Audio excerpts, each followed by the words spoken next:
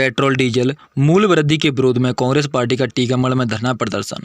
Madhya Pradesh Congress committee के अध्यक्ष कमलनाथ के निर्देशन पर जिला कांग्रेस कमेटी टीकमगढ़ द्वारा भाजपा केंद्र व राज्य सरकार द्वारा पेट्रोल डीजल में की गई बेतहाशा मूल्य वृद्धि एवं महंगाई के विरोध में रसोई गैस में बढ़ी हुई कीमत के खिलाफ तथा किसान आंदोलन के पक्ष में समस्त कांग्रेस के पदाधिकारियों ने जिला मुख्यालय पर पूर्व आबकारी मंत्री यादवेंद्र सिंह के नेतृत्व में शांतिपूर्ण तरीके से नगर के गांधी प्रतिमा के सामने चौराहे पर धरना एवं उपवास रहकर विरोध प्रदर्शन किया। धरना प्रदर्शन के दौरान गांधी चौराहे पर टीकमगढ़ जिले के सभी जिला कांग्रेस कमेटी के सदस्य एवं विभिन्न प्रकोष्ठों के पदाधिकारीगण मौजूद रहे। भारतीय जनता पार्टी की किसान विरोधी भारत सरकार और उसका समर्थन कर रही राज्य सरकार है, निरंतर किसानों के ऊपर अत्याचार कर रही हैं। पूरा दिल्ली जो है लगभग 1 महीने से जाम है, चारों तरफ से आवागमन बंद है, लेकिन भारत की सरकार को किसानों की समस्याएं सुनने की फुर्सत नहीं है। ये सरकार जो है केवल झूठ पर टिकी है, केवल झूठ बोल के देश को बरगला रही हो।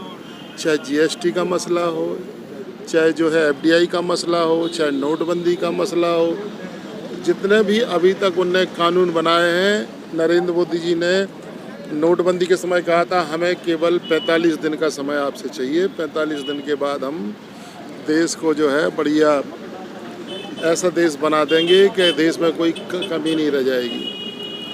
लेकिन अब कहते हैं कि नोटबंदी हमारा, उन्हीं की पार्टी के लोग कहते हैं कि नोटबंदी भारत सरकार का सबसे बेकार काम था। जब एफडीआई आ रही थी देश में, कांग्रेस के समय में केवल 48% एफडीआई थी, 52% सरकार के पास निवेश था। तब इन लोगों ने पूरे देश में जो है हाय तौबा मचा दी थी।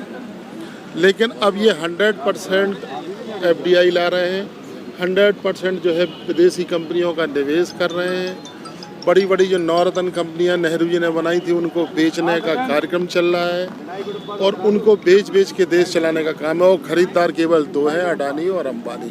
इसके अलावा तीसरा व्यक्ति नहीं खरीद रहा है। तो मैं समझता हूं कि ये देश को बेचने का एक षड्यंत्र है और देश में जहां बेरोजगारी की समस्या है, देश में भुखमरी की समस्या है, उसके ऊपर ध्यान नहीं दे रहे हैं और बाकी सांप्रदायिक बातों के ऊपर ध्यान दे के देश को बरगलाने का प्रयास कर रहे हैं। उसी कड़ी में जो वर्तमान में किसान कानून आए हैं, कृषि बिल आए हैं, वो किसान विरोधी हैं। पूरे देश का किसान चिल्ला रहा है।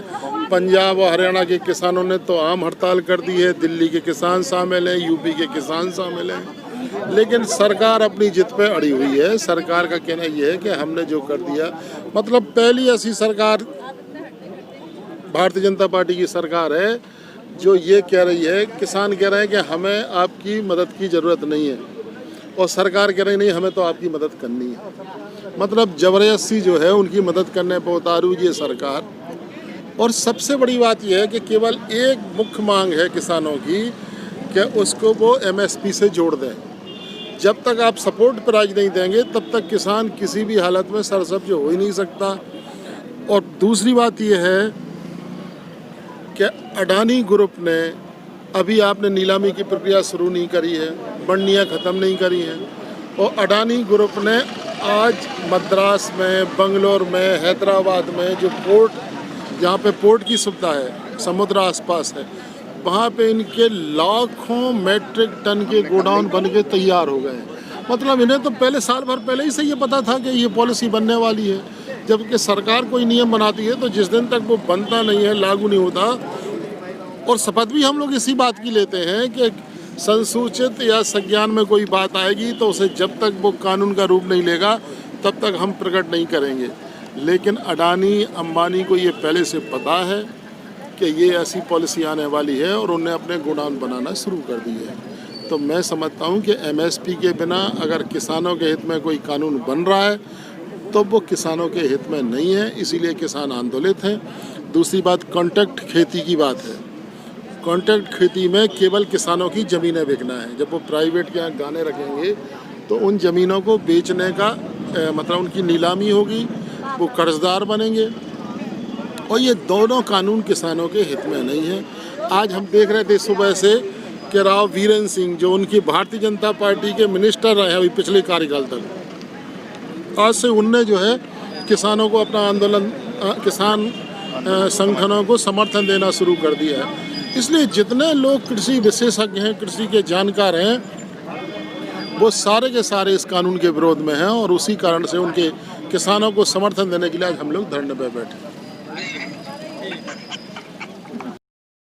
साथ में ये धरना दे रहे हैं, कानून का समर्थन करते हैं किसानों का, जो आज इस तरह से भीड़ को, इस तरह से एक जानवरों की या भेड़ों की भीड़ होती है, जिस तरह से वो जंगल में दौड़ती है, उसको नहीं पता कि हमको कहाँ जाना है। सिर्फ उसका जो आगे नेतृत्व करता है वो जहाँ मुड़ता है वो वहाँ मुड़ जाता है।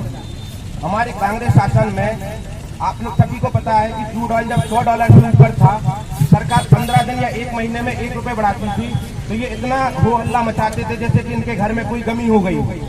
इन्होंने जनता को मतलब बहकाने के लिए एक नया बोला है प्रारूप 2017 में, रोज पेट्रोल डीजल के रेट बढ़ाने का।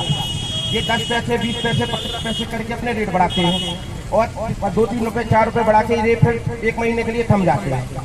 अभी आपने देखा होगा जुलाई में 8-9 रुपए पेट्रोल डीजल पे रेट बढ़ाए गए, जबकि क्रूड ऑयल आज तक के इतिहास का सबसे न्यूनतम स्तर पे था। मतलब कंपनियों ने इसको फ्री ऑफ कॉस्ट के बाद उल्टा भाड़ा दिया कि हम आपको पे करेंगे, आप हमारा क्रूड ले लो। उसके बाद 2 महीने ये शांत रहे, क्योंकि बिहार में चुनाव आ रहे थे।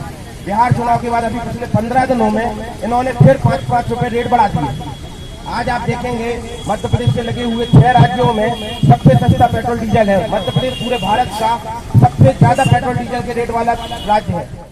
कल रात तक धुआं उड़ा शहर में, अब धीरे धीरे जब किसी ने कोई कार्रवाई नहीं की, कोई कुछ नहीं पाया, तब प्रकृति की मार घलना चालू हुई। कल उनका निश्चित रूप से एक बहुत तेज विकेट गिरा और अब आगे निरंतर ही उनके विकेट करना है।